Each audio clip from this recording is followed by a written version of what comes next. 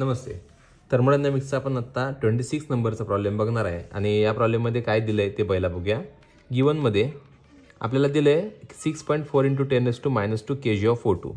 मग mass of O2 दिला आहे, तो किती दिला आहे 6.4 × 10⁻² किलोग्रॅम दिला आहे.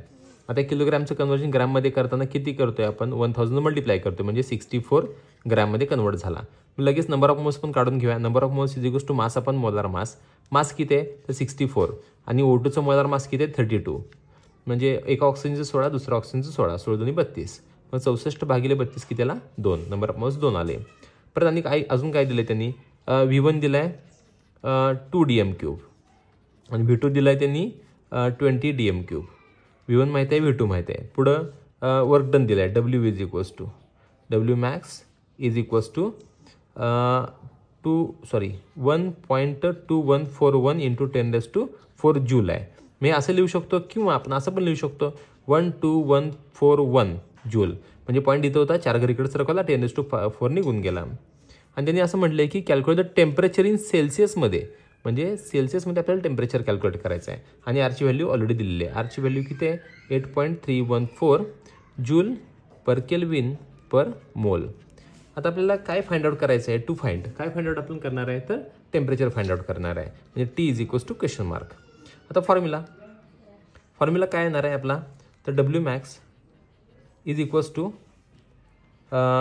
मायनस आहे काय प्लस आहे आपण बघायचं. एक्सपांड आहे म्हणजे मायनस असणार आहे. Minus 2.303 nRT log to the base 10 V2 upon V1. आता हेच आपण थोडं मॉडिफाय करूया कारण आपल्याला टेम्परेचर काढायचं. मग टेम्परेचर एका बाजूला घेऊया. मग फॉर्म्युला काय येईल T is equals to formula येईल W मॅक्स. आता हा W मॅक्स म्हणजे हा मायनस घेणार आहे आपण. का मायनस घेणार आहे हा तर work done by the system म्हणून मायनस घ्यायचा. हा मायनस आणि हा मायनस कॅन्सल होऊन जातो. राहिलं काय मग हा T एका बाजूला घेतला हे सगळं ॲज इट इज याच्या डिवाइड होईल. म्हणजेच कोण 2.303 × n × R × log to the base 10 V2 upon V1 हे इथं डिवाइड झालं.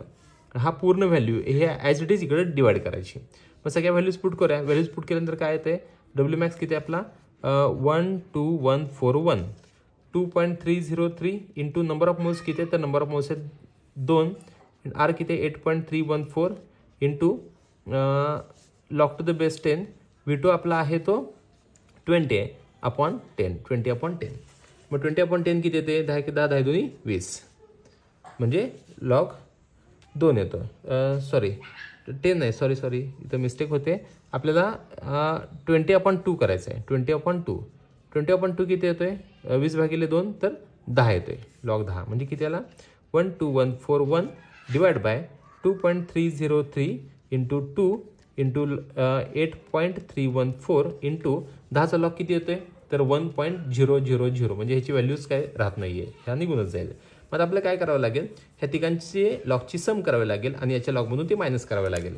मग पहिल्यांदा याचे लॉग घेतो. याचा लॉग किती येतोय 0.3623 प्लस 2चा लॉग बघायची गरज नव्हती. याला मल्टिप्लाय केलं तर चाललं असतं पण बघून ठेवूया आपण. चला 0.3010 प्लस याचा लॉग किती येतो 0.9198. ह्या सगळ्यांची काय करायची सम करायची. ती किती येते 1385.1 ह्या तिघांच्या लॉगची सम आली. आता एकनं मल्टिप्लाय करण्यात काय अर्थ नसतो. आता याचा लॉग बघूया. याचा लॉग किती येतो त्याचा लॉग येतो 4.0842 मायनस 1.5831. आता यांची वजाबाकी करायची किती येईल 1105.2. आता याचा काय बघायचा अँटीलॉग बघायचा. मग 50चा 1 1 मध्ये अँटीलॉग किती येतोय तर टेम्परेचर इज इक्वल्स टू 50चा 1 1 मध्ये अँटीलॉग येतो तो 3171. 2 पॉईंट आहे म्हणजे 1 आणि 2 317.1. मग 317.1 हे केल्विनमध्ये आन्सर आलं. आपल्याला केल्विनमध्ये नको आपल्याला डिग्रीमध्ये पाहिजे. मग आपल्याला डिग्रीमध्ये पाहिजे असेल तर आपलं हे जे काय टेम्परेचर आहे या टेम्परेचरमध्ये 317.1 वजा 273 करावं लागेल. मग हे आन्सर केल्विनमध्ये येईल. म्हणजे आपलं टेम्परेचर किती येते T इज इक्वल्स टू जे आन्सर येणार आहे ते आपलं आन्सर येणार आहे ते डिग्री सेल्सिअसमध्ये. म्हणजे किती डिग्री सेल्सिअस येतं तर 44.1 डिग्री सेल्सिअस आपला आन्सर आला 44.1. थँक्यू.